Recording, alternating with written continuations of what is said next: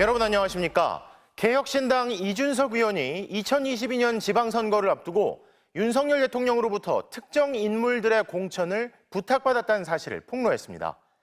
당선인 시절 윤 대통령이 국민의힘 대표였던 자신에게 특정 지역 시장부터 심지어 서울의 구청장 공천까지 언급했던 건데요.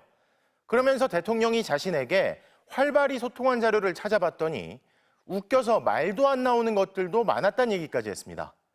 대통령의 또 다른 공천 개입 의혹에 파장이 만만찮을 것으로 보입니다. 첫 소식 지윤수 기자가 보도합니다.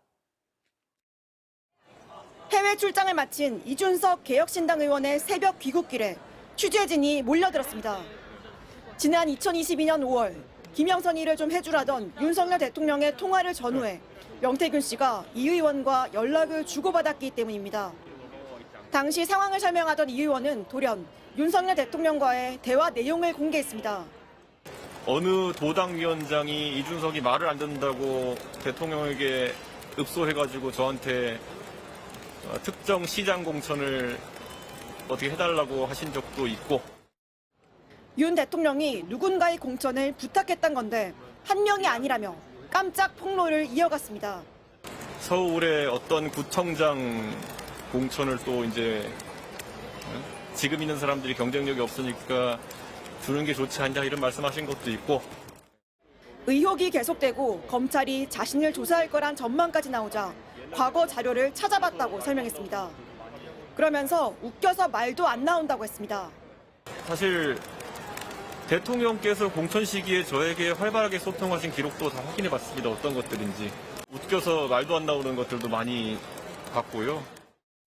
2022년 재보궐선거는 지방선거와 함께 치러졌는데 당시 윤 대통령이 김영선 전 의원뿐 아니라 시장, 구청장 공천에도 개입했다고 사실상 폭로한 겁니다. 다만 국회에서 취재진을 다시 만난 이 의원은 파장을 의식한 듯 폭로 수위를 다소 낮췄습니다.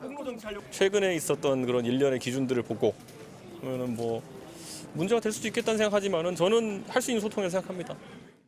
또 윤 대통령의 공천 요청이 무리였기 때문에 받아들이지 않았다고 설명했습니다.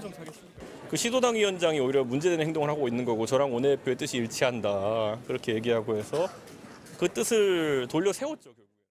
이 의원은 명태균 씨와 주고받은 연락에 대해선 명 씨가 공천 상황을 잘못 알고 있어 분위기를 전해준 것이라고 해명했습니다. 당시 공천관리위원장인 윤상현 의원은 원칙과 기준을 따랐다고 거듭 밝혔고 대통령실은 별다른 입장을 내지 않았습니다.